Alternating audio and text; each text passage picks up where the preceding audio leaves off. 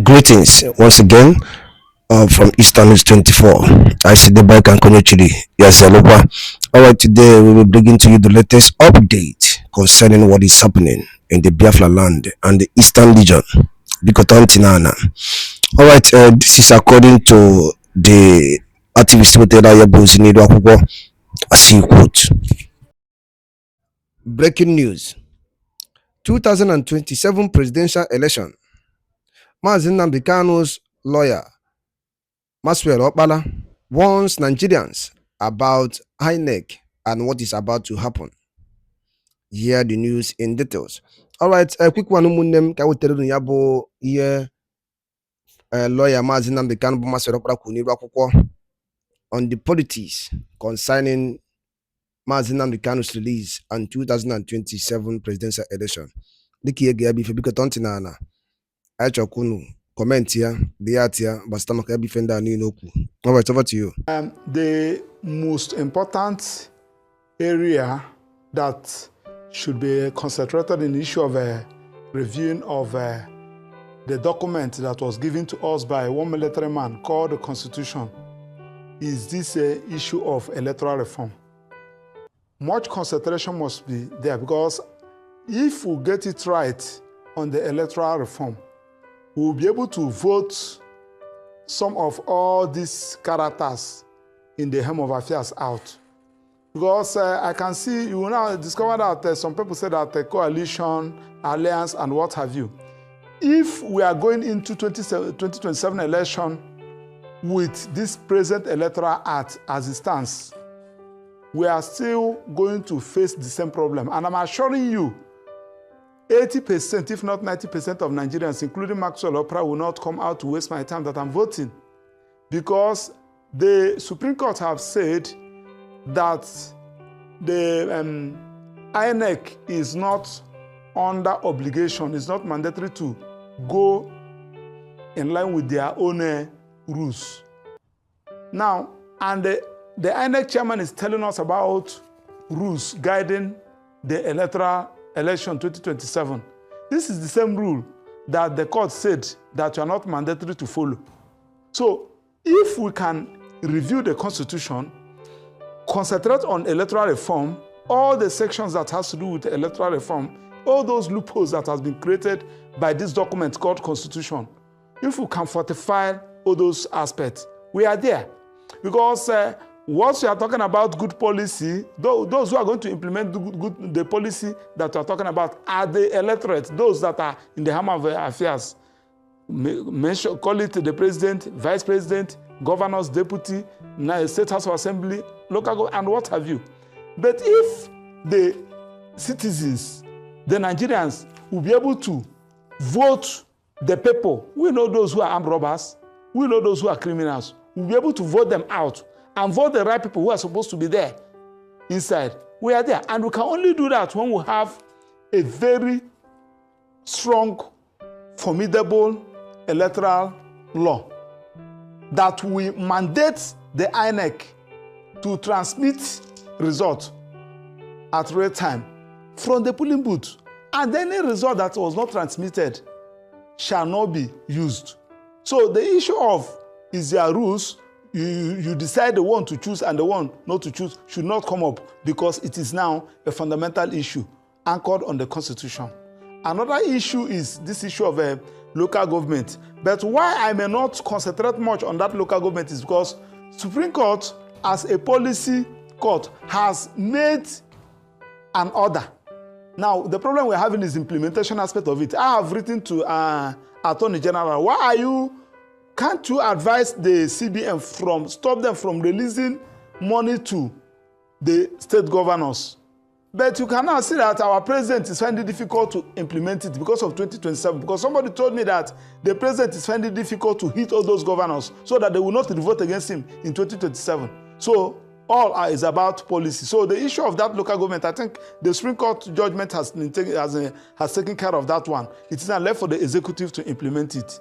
So these are the issues. Then the issue of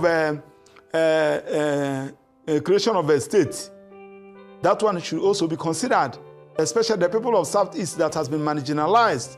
So they should also create more states in all those people, especially the people of Southeast, so as to meet up with other region in the number of states. Then, if you should also allow me, we should also look at the issue of appointment of judicial officers, because that's where we're having problem. I can't see the reason why somebody, you are not a lawyer, you don't know what we are talking about in the judicial system, and the Constitution gives you power to appoint. Appointing who? The appointment of judicial officers should be removed in its entirety from the executive. Let the judiciary, let the NJC, let the stakeholders, let the people that are involved in judiciary, let them do the appointment. They know who is who, they know who is capable. The issue of giving the governor the power to appoint judges, giving the president power to appoint judges, I think that's another area the reform should capture. Now, this is the first part of the video. What people are supposed to ask, they did not ask it. What people are supposed to say, they are not even saying it. Now, the question I want to ask, even you watching me, I want you to answer it on the comment section. If people who imported terrorists into the country, they broke the law, they did everything, and they go away with it, is it breaking electoral law that they can't break and go away with it? I just need an answer. Let's continue to watch. Very good, Mr. Okpara. I'm glad you also mentioned okay. Then we also talk about. Okay, go ahead. Then we also talk about state policing. That one has been overemphasized. I don't know. I can't see the reason why that one should not even be an issue to be discussed. That one should be one of the first things to be incorporated in the Constitution. State policing. Because you can't. Nobody can police your kindred, your village, your community more than you. So let the states. So some people say that the state governors will use the police to rig election and intimidate opponents. Are the presidents of Federal Republic of Nigeria since 1999, are they not using the police to intimidate their opponents? Are we not in Nigeria? I've been participating in a protest since 1999 up to now. Have we not been tear gassed when we want to protest against, ranging from Obasanjo to Jonathan to Buhari? The Buhari own is the worst self. So what are we talking about? So that one is one of the disadvantages, but we should also concentrate much on the advantage. Let us have state police where each state will know how to protect their place. That's the much I can say.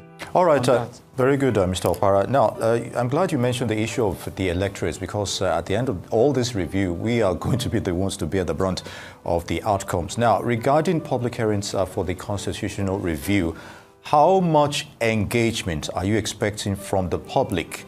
And will their suggestions have any impact on a substantive review afterwards, in this, task, as it were?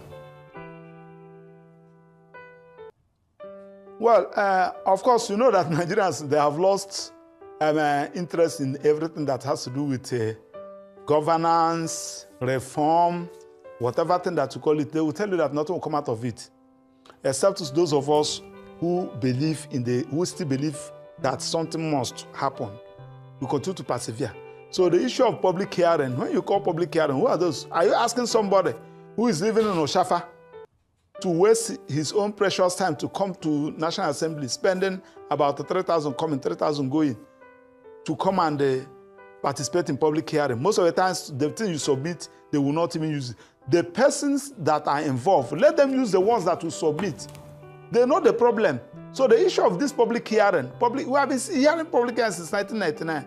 So asking the Nigerians to come and participate, somebody that is going home with 70,000 naira minimum wage, you wanted to dip money there and start wasting his time there, you will call it waste of time. So, but what you are saying is that you don't even need crowd. Those of us that have submitted memo, those of them that have participated, just like as Arise created this particular forum, now they are listening, they are watching, they know, but they cannot do it because of their selfish interest. Now you ask yourself, we are talking about election 2027. Nobody is talking about how to reform the Electoral Act. We had the Supreme Court going by all the judgments given by Court of Appeal and the Supreme Court from that emanated from 2023 general election. It should give you the clue. The lawmakers, the clue. These are the areas who have issue. Because when you read all those judgments, you will see what the judges said about our laws. Now, it will now give you a clue of the area, especially this transmission of results. Because we are still asking the question, why is it that you transmitted this particular result, the same ballot paper, the same time, and this one was not transmitted? So these are the issues, so that we don't give INEC that opportunity to take decision, choosing the one to do and the one not to do. If they ask them, say it is our rules, it is our policy, we may decide not to use it. But if it is in the constitution, just that was what I expected the opposition to continue to persevere. I think that was last night I wrote to me Chibika Amechi saying that Nigerians should come out. Come out to do what? When we come out, the one who came out in 2023, what happened? What happened? People came out in 2023, vote, and somebody declare somebody winner and ask you to go to court. So, but if you can only build that confidence, you can only tell people that yes, you can come out if these electoral laws are being implemented, if the constitution are being reviewed, and all these issues are inside the constitution, thereby giving the INEC chairman the power. It is a must. It is mandatory. So these are the areas. So the issue of whether people will participate in the public hearing or not should not even come up, because we have written to them, we have submitted memo, we are even using this particular platform now to tell them these are the areas you should concentrate. So let us not carry everything together. Let us concentrate on these particular issues. Then as we go, we'll continue to amend. Amazing. Now, Mr. Okpara, for instance, I would say, do you believe that coming out sometimes doesn't necessarily mean physically coming out in the street? Sometimes coming out could be what you're doing right now, which means speaking up, having a voice, having an opinion. You know, would you agree that it is important to have more Nigerians begin to be not only speak about these issues, but also be aware of what is going on, build momentum around it, ask and demand certain things be put in place? That's one.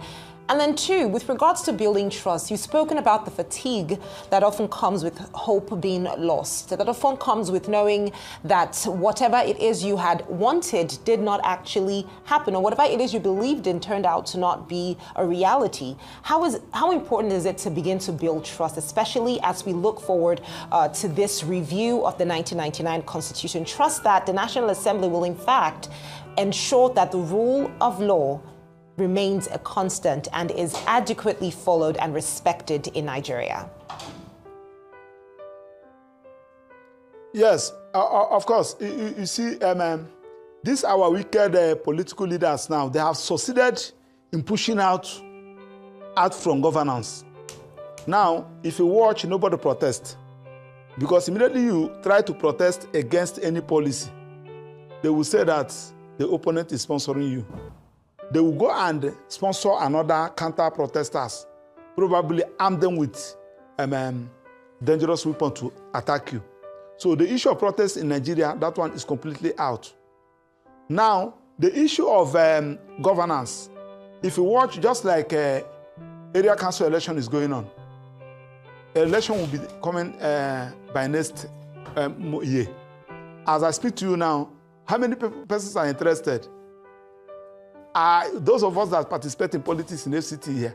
So when you ask people, say, "Nala, forget about it." They have written the person that will be the AMA chairman, the Kuje area council chairman, Buhari area council chairman, and what have you. So this is what they have succeeded in doing. They want to also succeed in a situation whereby they will make sure that people will not come out.